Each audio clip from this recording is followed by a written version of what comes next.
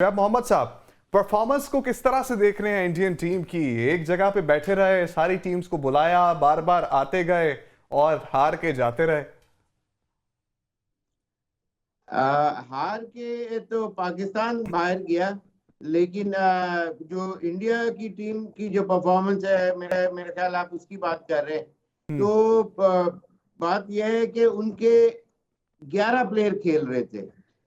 दूसरी टीमों में या खासतौर पे अगर पाकिस्तान से ही हम कंपेयर करते हैं यूजली, तो आप ये देखें कि एक प्लेयर की वजह से कहां से मैच कहां चला जाता है। वो एक प्लेयर भी हमारी टीम के अंदर नजर नहीं आता रहा, जिसकी वजह से किसी दिन जाग जाता है और उस दिन कुछ परफॉर्मेंस पाकिस्तान की नजर आ जाती है, जिस तरह रिजवान ने और आगा ने यहाँ सेंचुरी बनाई against south Africa.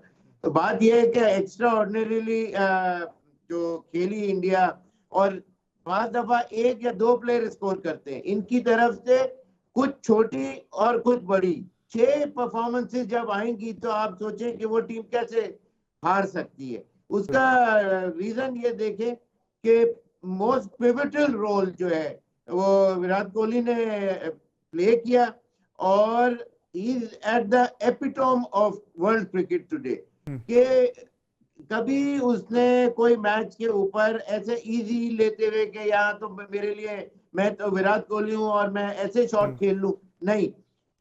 Maximum number of, ज्यादातर जो उन्होंने जो सिंगल का लेने का मतलब ये होता है, ये नहीं कि उनको चौका नहीं मारना आता, चौका मारना आता है, लेकिन उनको ड्रेसिंग रूम में क्या जरूरत है वो चीज होती है। दूसरे प्लेयर को खिला के अपने साथ लेके कैसे वो अक्सर को पहले लेके चले, फिर दूसरे अय्यर के साथ एक परफॉर्मेंस। तो 6 जब परफॉर्मेंस रोहित शर्मा से, हालांकि 28-29 रन है, लेकिन मोस्ट इंपॉर्टेंट है इसलिए कि ऑस्ट्रेलिया ने वो उनको मौका दिया, ड्राइविंग सीट पे बिठा दिया। हालांकि वो खुद बैठे हुए थे जब उन्होंने ड्रॉप कैचेस किए, एक 13 रन के ऊपर छूटा, एक शायद 29 रन के ऊपर, लेकिन उस दौरान में जो चौके छक्के कोई लगे तो वहां से टीम गिरती है, बैकफुट पे आती है और वहां से उठना बड़ा मुश्किल हो जाता है। खैर एनीवे, बातें बहुत है, आगे प्रोग्राम में करेंगे। ठीक है, अब्बास शबीर साहब से बात कर लेते हैं। अब्बास साहब, आपको भी यही लगता है कि इंडिया का जो प्लेइंग 11 स्क्वाड है, 11 के 11 प्लेयर्स खेल रहे होते हैं और यही चीज इंडिया को यूनिक बना रहा है, अनडिफिटेड बना रहा है दूसरी टीम के अगेंस्ट?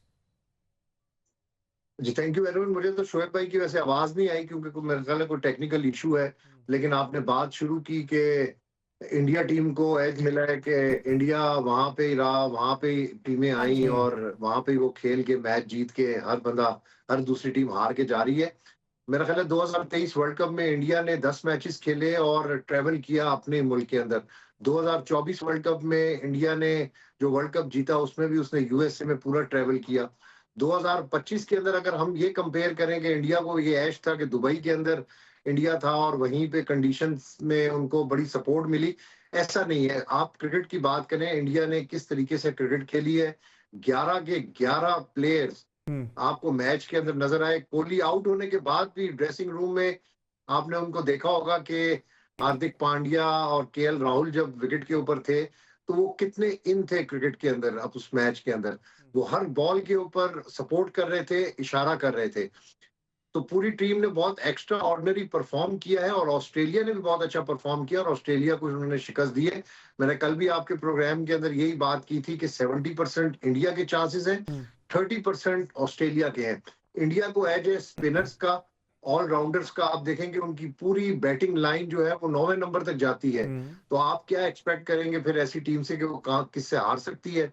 बड़ा मुश्किल है इंडिया को शिकस्त देना क्योंकि बड़ी पैशनेट टीम नजर आ रही है, फुल कलर्स के अंदर है, कोई उनका ऐसा ग्रे एरिया नहीं है।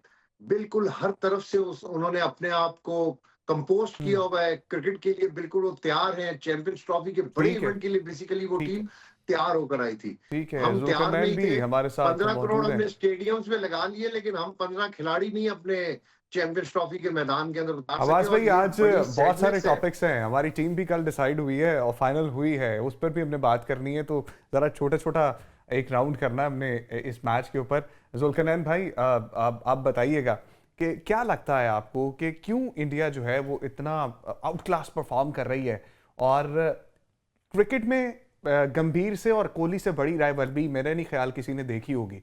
जब वो लोग जेल होके खेल सकते हैं, एक होके खेल सकते हैं यूनिटी के साथ, तो देन व्हाई नॉट कोई और नहीं।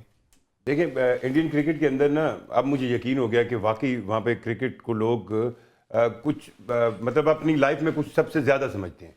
वो वहाँ पर डंडी नहीं मार रहे। मतलब जब वहाँ के सिस्टम को आप देखें, जो डोमेस्टिक क्रिकेट का सिस्टम है, वहाँ से प्लेयर आने तक का प्रोसेस देखें, फिर जब प्लेयर्स उनके आ जाते हैं, फर्स्ट क्लास क्रिकेट में आ जाते हैं या उनकी डोमेस्टिक जो लीग्स हैं उसमें आ जाते हैं, उनकी सिलेक्शन का क्राइटेरिया देख लें, फिर उनको फाइनेंशियल सपोर्ट भी मिल जाती है, और फिर जब फाइनेंशियल सपोर्ट मिल जाती है और वो टीम में आना शुरू हो जाते हैं, फिर टीम को इंटरनेशनल सेंस में बड़े आईसीसी इवेंट्स के अंदर जो भी पॉसिबल सपोर्ट होगी वो बीसीसीआई से भी मिलेगी। सो एवरीबॉडी जो इंडियन क्रिकेट में कंट्रीब्यूट कर रहे हैं, तो इसलिए वो परफॉर्म कर रहे हैं। अब्बास भाई ने सही कहा कि उन्होंने 23 का फाइनल खेला, 24 का T20 वर्ल्ड कप जीता, 25, तो ये तो नहीं हो सकता दुबई वेन्यू। आप दुबई वेन्यू को अप टू सम एक्सटेंड कह सकते हैं कि यार ये सपोर्ट इनको मिल गई, ठीक है। ये तो नहीं है ना कि उन्होंने वहां पर खेला है। आप क्रिकेट ये तो नहीं हो सकता ना कि अगर मुझे एक कमजोर बॉलर लगा हुआ है और मैं एक बैटर हूँ, ये नहीं हो सकता कि मैं अगर कोई अच्छा बैटर नहीं हूँ, मैं उसको कोई 5-6 बॉलों पर कोई रन बना, मतलब ये भी तो हो सकता है मैं हिट विकेट पे आउट हो जाऊं। एडवांटेज था, लेकिन गेम इस पर मुनसिर हाँ गेम। अब आप देखें ना, अब फिर टीम कॉम्बिनेशन। अच्छा आप ये देखें, अगर उन्होंने दुबई के मुताबिक टीम कॉम्बिनेशन बनाया है तो इसका ये मतलब है उनके पास वो प्लेयर भी तो अवेलेबल थे, मौजूद थे। मतलब यह कहानी। और जो मेरा हिस्सा ना, आप इंडिया को जीत गया, अल्लाह उसको वो क्या कहते हैं ना, ये खुशी मुबारक, और वो फाइनल में जीते।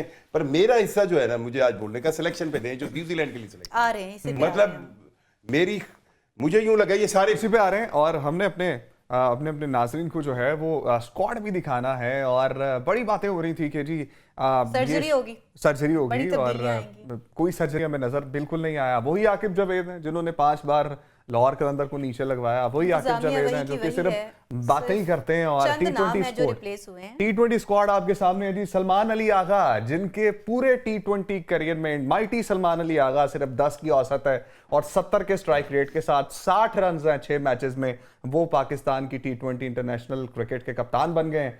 और Shadab Khan coming from nowhere वापस आ चुके हैं, और ब्रेक नहीं दिया था वैसे, अब ब्रेक मिला है और दोबारा ये कैसा ब्रेक है? ब्रेक के बाद ये इनको ब्रेक थ्रू मिला है अब दोबारा।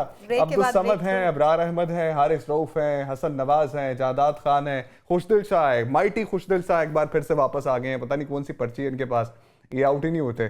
फिर मोहम्मद अब्बास अफरीदी हैं, मोहम्मद अली हैं, मोहम्मद हारिस हैं, मोहम्मद इरफान खान हैं, उमैर बिन यूसुफ हैं, शाहीन शाह अफरीदी हैं, Sufiyan Muqeem good addition, and Usman Khan जिनको हमने दुबई से उधार लिया था, अब हमारे जोड़ों में बैठ गए। ओडीआई स्क्वाड की भी हम बात कर लेते हैं। ओडीआई स्क्वाड जो न्यूजीलैंड के लिए चूज किया गया है, कप्तान रिजवान है, सलमान अली आगा वाइस कैप्टन है, यहाँ पर अब्दुल्ला शफीक, अबरार अहमद, आकिफ जावेद, बाबर आजम भी हैं। ओडीआई में है, T20 से उनको निकाल दिया गया है, रिजवान को भी निकाल दिया गया है, शाहीन को भी। इसके साथ साथ इमामुल हक, खुशदिल शाह अगेन, मोहम्मद अली, मोहम्मद वसीम जूनियर भी हैं, इरफान खान, नसीम शाह, सुफियान मुकीम, तैयब ताहिर। क्या बड़ी तबदीली है, माइटी फाइव मशरफ को भूल गई। अब माइटी फाइव मशरफ क्या बड़ी तब्दीली है, सिर्फ और सिर्फ राना फहीम अशरफ, राना फहीम अशरफ फ्रॉम फूलनगर, इनको आप भूल गई बहुत। अब मुझे ना इस पे पहले कोई कमेंट की इजाजत दें, पहले गुफ्तगू। हाँ मैं कह रहा हूँ ये जरा टीम, 2 सवाल मैं आपसे करता हूँ जी, आप कर। चैंपियंस ट्रॉफी किस फॉर्मेट में थी? ओडीआई फॉर्मेट, ओडीआई फॉर्मेट में थी। तो ओडीआई फॉर्मेट में बाबर रिजवान इन्होंने अच्छा नहीं किया। रिजवान से कप्तानी आपने T20 की खींच ली। मैं 2-3 सवाल। दूसरा सवाल, चैंपियंस ट्रॉफी के अंदर हमारे फास्ट बॉलर ने जिन्होंने कुछ नहीं किया वो शाहीन और हारिस हैं, ठीक है। आपने उनको ये आपने कहा कि ये है, पर आपने T20 की परफॉर्मेंस उसको उनको रख लिया है।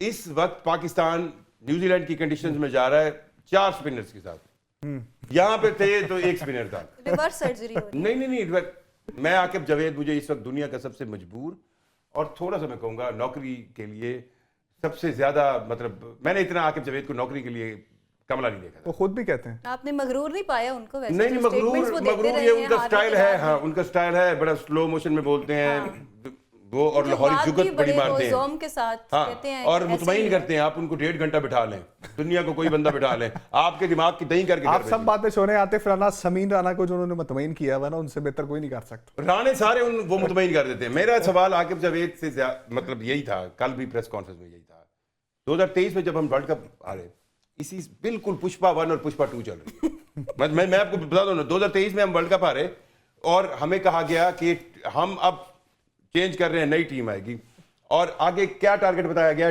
2024 का T20 वर्ल्ड कप।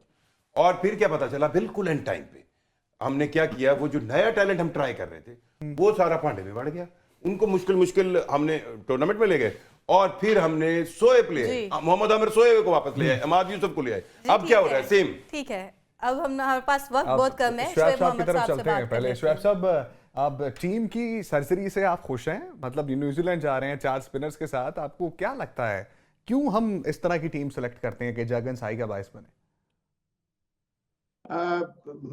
मजे की बात यह है कि काफी जो आपने अभी जवाबात दिए कि सर्जरी होगी और ये तमाम चीजें, सर्जरी का ये मतलब नहीं होता कि कोई ड्रास्टिक चेंज भी आए, लेकिन चेंज तो आए, जी। मतलब कहीं तो कोई मतलब टाका तो लगे कहीं। तो बात ये है कि ये चीज कान इधर से पकड़े इधर से, बात एक ही है। इतना इसका मतलब ये है कि ज्यादा इन्फ्लुएंस ऑफ प्लेयर्स और सर्टन ऑफिशियल्स, उनकी वजह से ये, या certain power of x players भी कह लें, वो अपने bunch of group of players को ही लेके एक उसके साथ प्लेटफॉर्म के ऊपर चलना चाह रहे हैं। पब्लिक ये कहती है कि नहीं, इसके अंदर कोई सर्टेन चेंजेस आनी चाहिए, लेकिन ये है कि सारों को समझ आ गई जैसी टीम अनाउंस हुई। तो ये कोई इसमें सर्टेन प्लेयर्स में बड़ा मुझे अफसोस है, लेकिन आप सर्टेन नाम एक दो जरूर जहन में रखें कि एक अजान ओवैस है और एक मोहम्मद रियाज जो है right hand batsman. Technically Pakistan में ये सबसे बेस्ट खेलने वाले प्लेयर्स हैं और यंगस्टर हैं और अंडर 19 के पाकिस्तान के ये प्लेयर्स हैं। उनको मौका देना चाहिए था, तो ऐसे प्लेयरों को लेके आ रहे हैं कि स्पेशली ओडीआई के अंदर वहां मौका देते, अच्छा खेलते तो वो टेस्ट मैच के पोटेंशियल है। और वो प्लेयर के हैं, ये जो नाम बता रहा हूँ कि ये 10 साल पाकिस्तान के लिए से ज्यादा खेलने वाले प्लेयर हैं। So they got to rethink about the future of Pakistan cricket.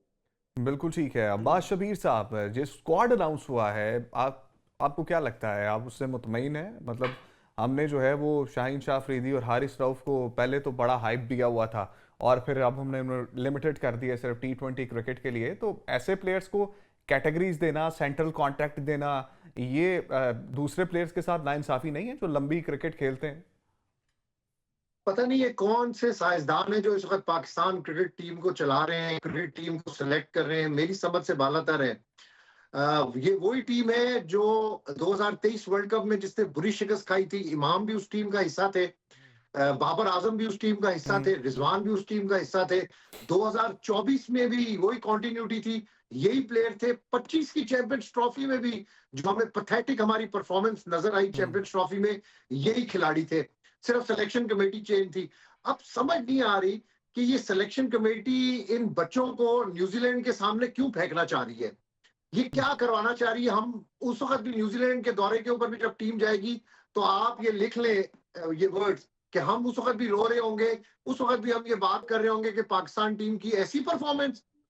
जब तक आप मेरिट देखें, मेरिट बहुत बड़ा एक मसला है पाकिस्तान में। मोहम्मद सिराज का वालिद रिक्शा चलाता था, मेरिट के ऊपर वो टीम के अंदर सेलेक्ट हुआ। सचिन तेंदुलकर, गंगुली, सुनील गावस्कर और बड़े बड़े वहां पर बिग शॉट्स और बिग गन्स जो क्रिकेटर्स हैं, उनके बेटे आज तक टीम के अंदर सेलेक्ट नहीं हुए क्योंकि वहां पर मेरिट है। यहाँ पर मिसबाह उल हक का बेटा देखें कि मेरिट के बगैर उसको कहां पे खिला लिया। मोइन खान के, आजम खान को आप देखें कि उसने वर्ल्ड कप को किस तरह तबाह बर्बाद किया, लेकिन जबरदस्ती उसको टीम के अंदर इंडक्ट करवाया गया। अभी भी रिश्तेदार, चाचे, मामे, मसूद की टीम मिसाल के ले अंदर लें, सबसे जोर बड़ी लगाया जाता है। ये फहीम अशरफ, ये किधर से आ गया? ये शदाब अचानक से पैराशूट से कहां से उतर के आ गया?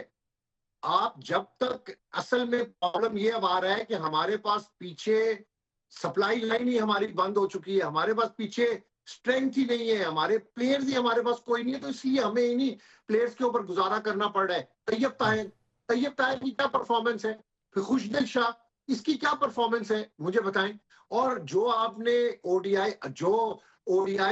में हमें शिकस्त हुई, 2025 की चैंपियंस ट्रॉफी में, 2023 में भी हम ओडीआई में हमें शिकस्त हुई, और वही टीम हम दोबारा से हमने T20 से इन प्लेयर्स को निकाल के वनडे के अंदर उनको एडजस्ट कर दिया। असल खामियां उनकी वनडे के अंदर है, असल उनकी जो लैक ऑफ परफॉर्मेंस है वही वनडे के अंदर नजर आ रही है। तो पता नहीं कौन ये टीम को सिलेक्ट कर रहा है, ये कौन से साइंसदान बैठे हैं, इनका क्या माइंड के अंदर है, ये क्रिकेट को किस तरफ लेके जा रहे हैं, आई डोंट नो। लेकिन ये क्रिकेट का डिजास्टर मुझे तो नजर आ रहा है। बिल्कुल पाकिस्तान क्रिकेट, मुझे नहीं लगता कि पाकिस्तान क्रिकेट आइंदा कुछ साल ठीक 2 हो साल, गया। ठीक है आप अब्बास यंगस्टर्स के ऊपर साहब रिलाय कर डिस्कशन रहे हैं, जारी रहेगी।